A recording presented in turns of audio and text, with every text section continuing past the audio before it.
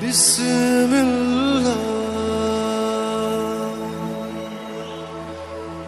الرحمن الرحیم۔ السلام علیکم میرے محترم عزیز دوستو، آج ہم آپ کے سامنے پیش کرنے جا رہے ہیں ایک عجیب جنازے کی کہانی۔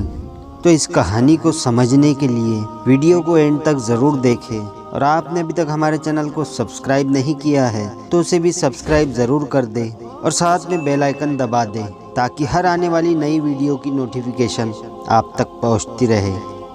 کسی علاقے میں ایک ضعیف کا انتقال ہو گیا۔ جنازہ تیار ہوا اور اٹھا کر قبرستان لے جانے لگے تو ایک آدمی آگے آیا اور چارپائی کا ایک پاؤ پکڑ کر بولا، مرنے والے نے میرے 15 لاکھ روپے دینے ہیں، پہلے مجھے پیسے دو پھر میں اسے دفن کرنے دوں گا۔ اب تمام لوگ کھڑے تماشا دیکھ رہے تھے۔ بیٹوں نے کہا، مرنے والے نے تو ہمیں ایسی کوئی بات نہ بتائی، اس لیے ہم یہ پیسے نہیں دے سکتے۔ مرنے والے کے بھائیوں نے کہا، جب بیٹے ذمہ دار نہیں تو ہم کیوں دیں؟ اب سارے کھڑے ہیں اور اس نے چارپائی پکڑی ہوئی ہے۔ جب کافی دیر گزر گئی تو بات گھر کی عورتوں تک جا پہنچی۔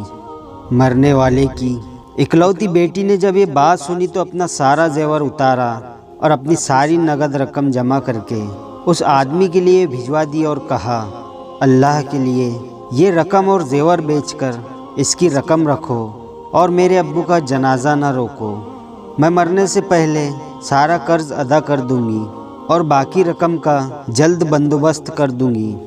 اب وہ چارپائی پکڑنے والا شخص کھڑا ہوا اور سارے مجمع کے سامنے کہنے لگا، اصل بات یہ ہے مجھے مرنے والے سے 15 لاکھ لینے نہیں بلکہ اس کے 15 لاکھ دینے ہیں، اور اس کے کسی وارث کو میں جانتا نہ تھا تو میں نے یہ سارا کھیل کھیلا۔ اب مجھے پتہ چل چکا ہے اس کی وارث ایک بیٹی ہے اور اس کا کوئی بیٹا اور کوئی بھائی نہیں۔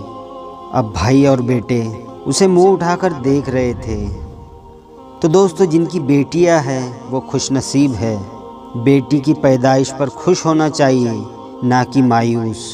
بیٹی کی شریعت میں بہت فضیلت بیان کی گئی ہے۔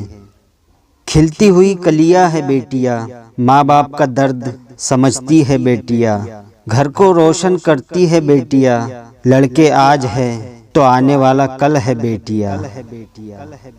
ویڈیو پسند آیا ہو تو لائک اور شیئر ضرور کریں۔